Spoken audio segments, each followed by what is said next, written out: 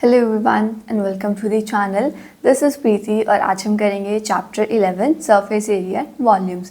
कि इस चैप्टर में आप अलग अलग फिगर्स के सरफेस एरिया और उनकी वॉल्यूम्स के बारे में पढ़ेंगे। देखिए कैसे। अब फर्स्ट एक्सरसाइज जो आपके पास यहाँ स्टार्ट होगी, यहाँ पर आपके पास आप कोन के सरफेस एरिया के बारे में पढ़ेंगे। कोन हम सबको पता है कि ये इस तरह से शेप आपके पास होती है, या हम बर्थडे कैप बोल सकते हैं जो कि कोन की शेप में होती है, राइट। अब हमने क्या बोला कि हम यहाँ पर इनके सरफेस एरिया एंड वॉल्यूम्स की बात करेंगे। सरफेस एरिया का मतलब सबसे पहले तो आप समझिए क्या होता है।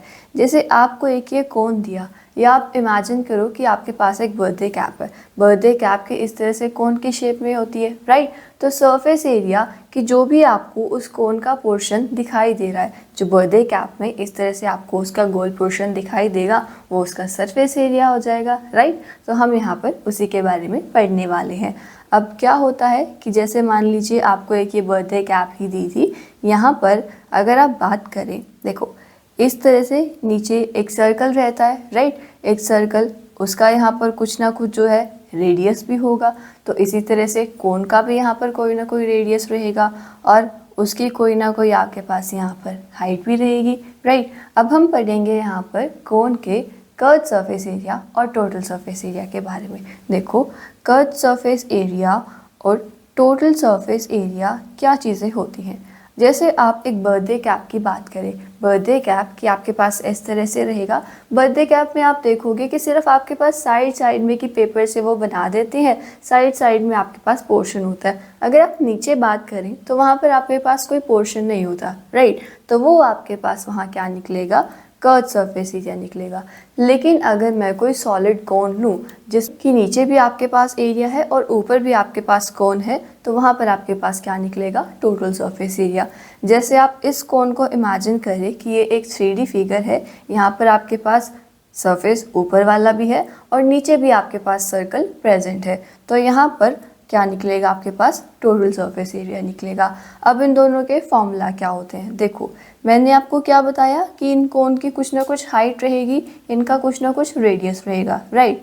और जो ये आपके पास लेंथ होती है, इसे हम बोलते हैं एल। क्या इसका नाम होता है, स्लांट हाइट।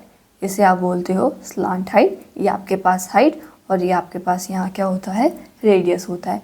तो अगर आपको कर्व सरफेस एरिया निकालना है तो उसका तो फॉर्मूला आपके पास होता है पाई आर एल, राइट।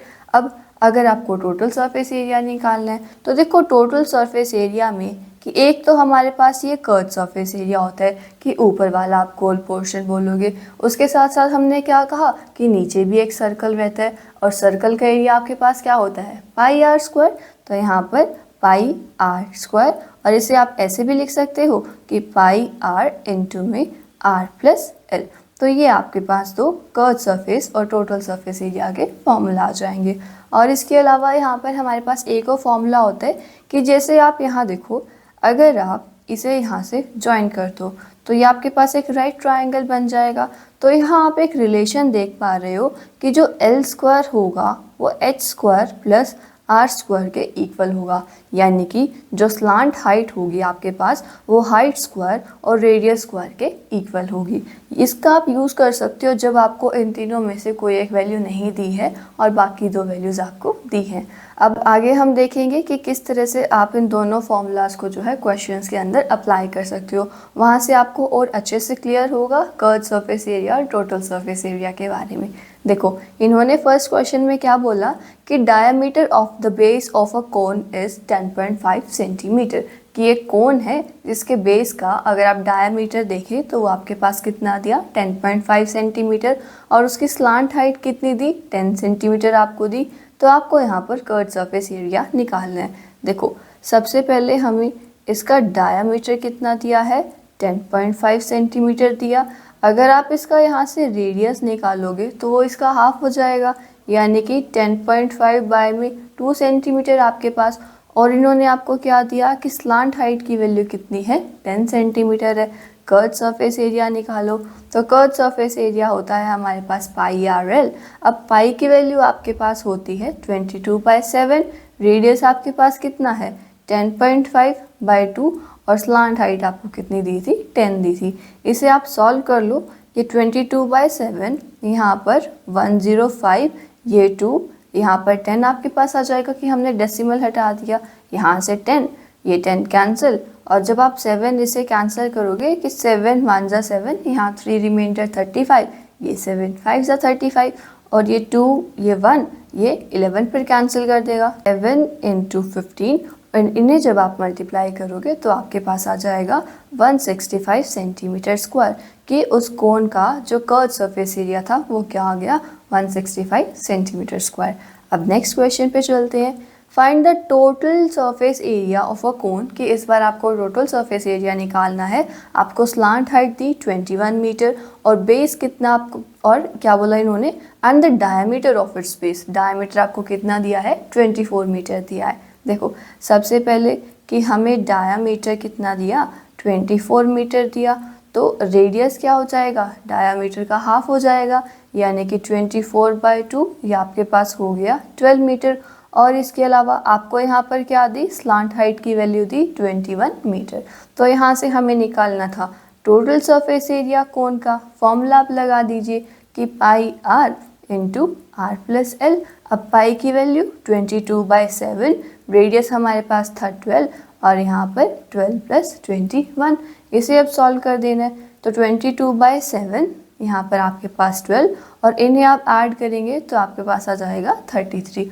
इसे आप यहाँ से सॉल्व करेंगे कि पहले 22, 12 और 33 को हमने मल्टीप्लाई करना है, देन 7 से हमने डिवाइड करना है। तो ये यहाँ पर आपका इसका आंसर आ जाएगा कि इतने मीटर स्क्वायर जो है इस कोन का टोटल सरफेस एरिया होगा आपके पास। हम नेक्स्ट क्वेश्चन पे चलते हैं। क्या कहा कि the curve surface area of a cone is 308 centimetre square. इस बार आपको कर्व सरफेस एरिया दिया कोन का कि 308 सेंटीमीटर स्क्वायर है। ओके, लिख दो कि curve surface area of cone is equal to 308 centimetre square, और बोला कि उसकी स्लांट हाइट कितनी है, 14 सेंटीमीटर है, यानी कि एल आपको कितना दिया, 14 सेंटीमीटर। अब पहले तो आपको इसका रेडियस बताना है, और उसके बाद जो है आपको उसका टोटल सरफेस एरिया बताना है क्या आएगा। देखो कर्व सरफेस एरिया क्या दिया, 308, जिसका हमारे पास क्या फॉर्मूला होता है, पाई आर एल। ये किसके इक्वल होगा, 308, यानी कि 22/7 इंटू में आर इंटू में एल आपके पास 14 था, ये किसके इक्वल आएगा, 308 के।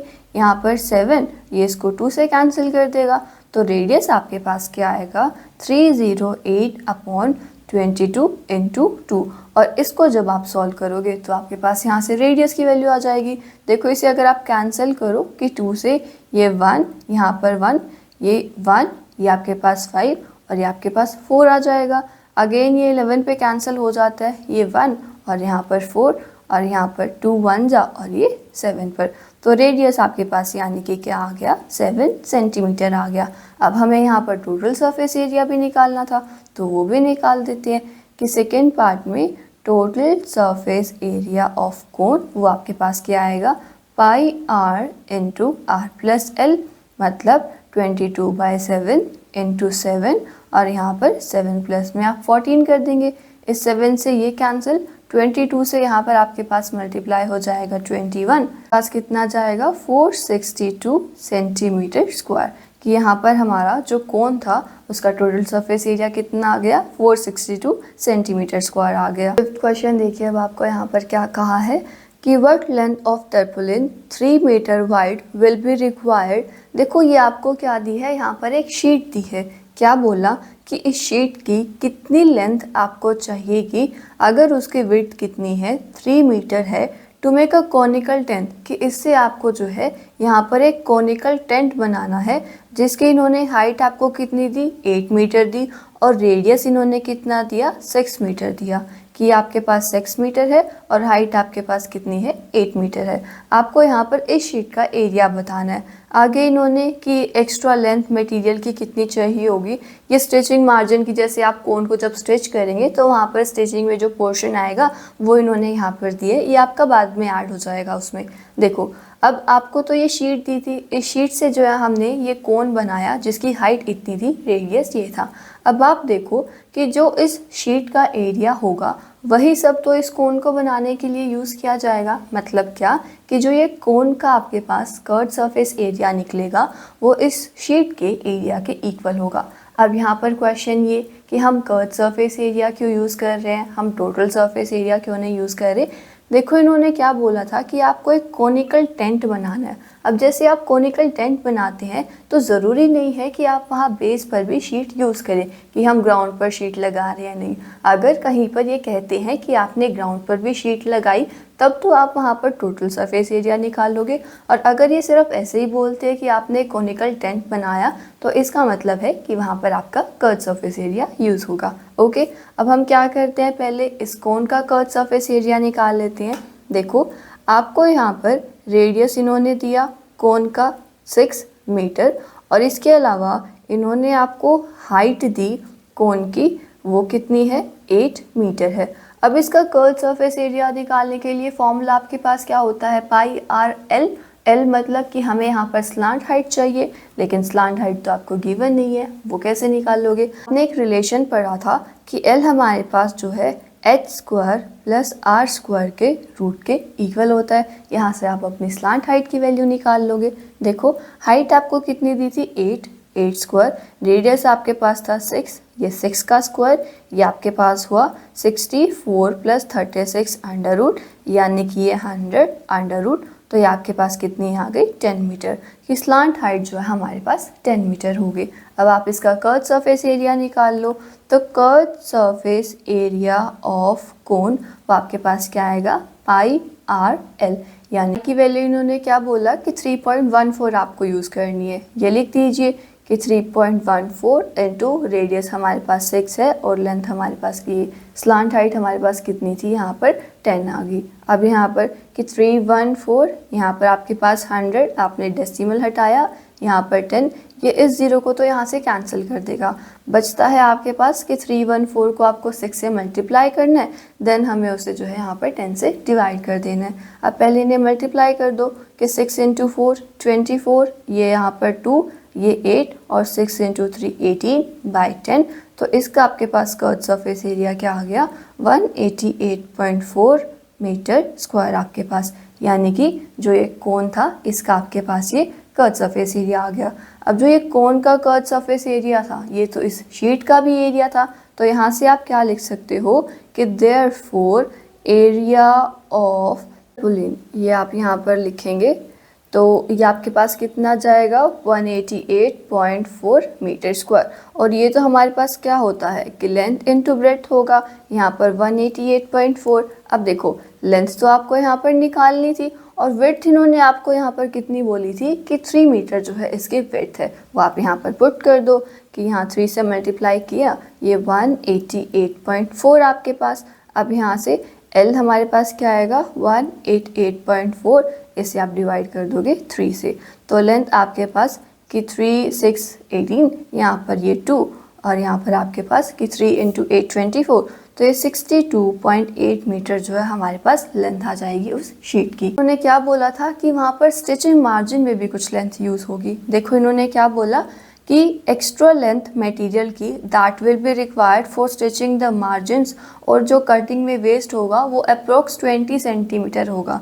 तो यहाँ पर आपके पास देखिए टोटल लेंथ कितनी आएगी, आप लिखोगे कि therefore total length is equal to 62.8 plus. अब आपको जो वहाँ पर एक्स्ट्रा मार्जिन में लेंथ दी थी बोला था कि 20 सेंटीमीटर है, आप उसे मीटर में कन्वर्ट करेंगे तो वो 0.2 मीटर हो जाएगा और इन्हें आप ऐड करोगे तो 63 मीटर, मतलब कि टोटल जो हमारी शीट है उसकी लेंथ कितनी होगी, 63 मीटर होगी।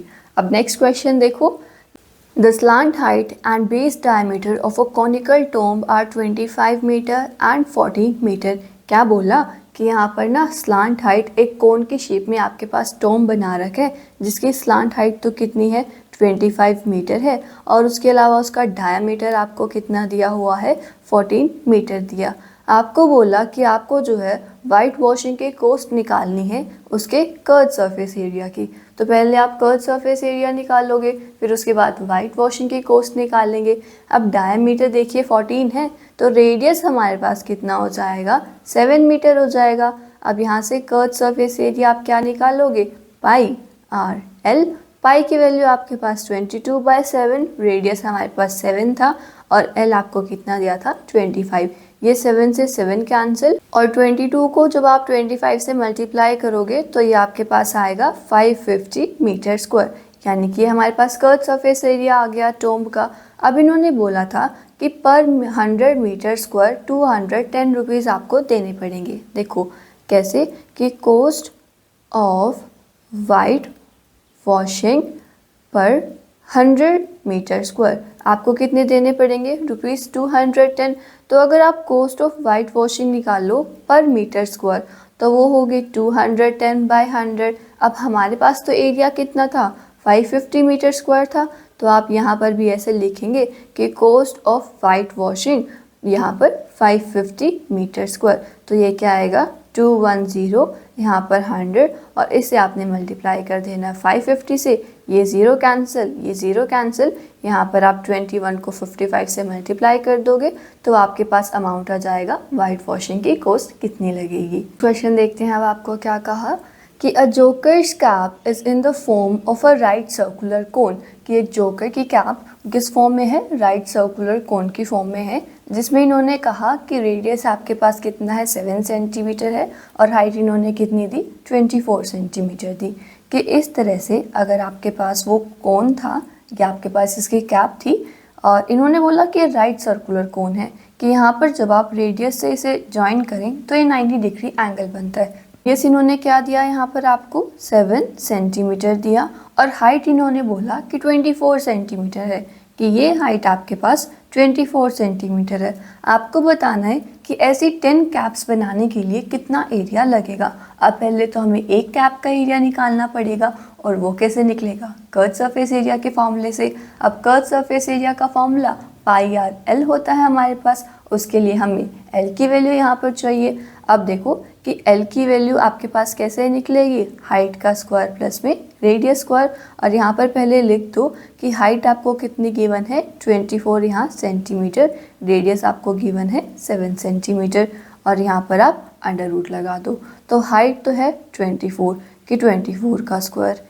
रेडियस था 7, इसका आपने स्क्वायर कर दिया, यहाँ पर अंडर रूट 24 का स्क्वायर 576, 7 का स्क्वायर 49 अंडर रूट उसके बाद, और इन दोनों को आप ऐड करेंगे 25 अंडर रूट, और ये आपके पास कितना आ जाएगा, 25 सेंटीमीटर आ जाएगा। अब सबसे पहले तो हमें एक कैप का एरिया निकालना है, तो आप लिखो कि area of 1 cap is equal to pi R L. यहाँ पर पाई की वैल्यू 22/7, रेडियस 7, और एल आपको दिया था 25।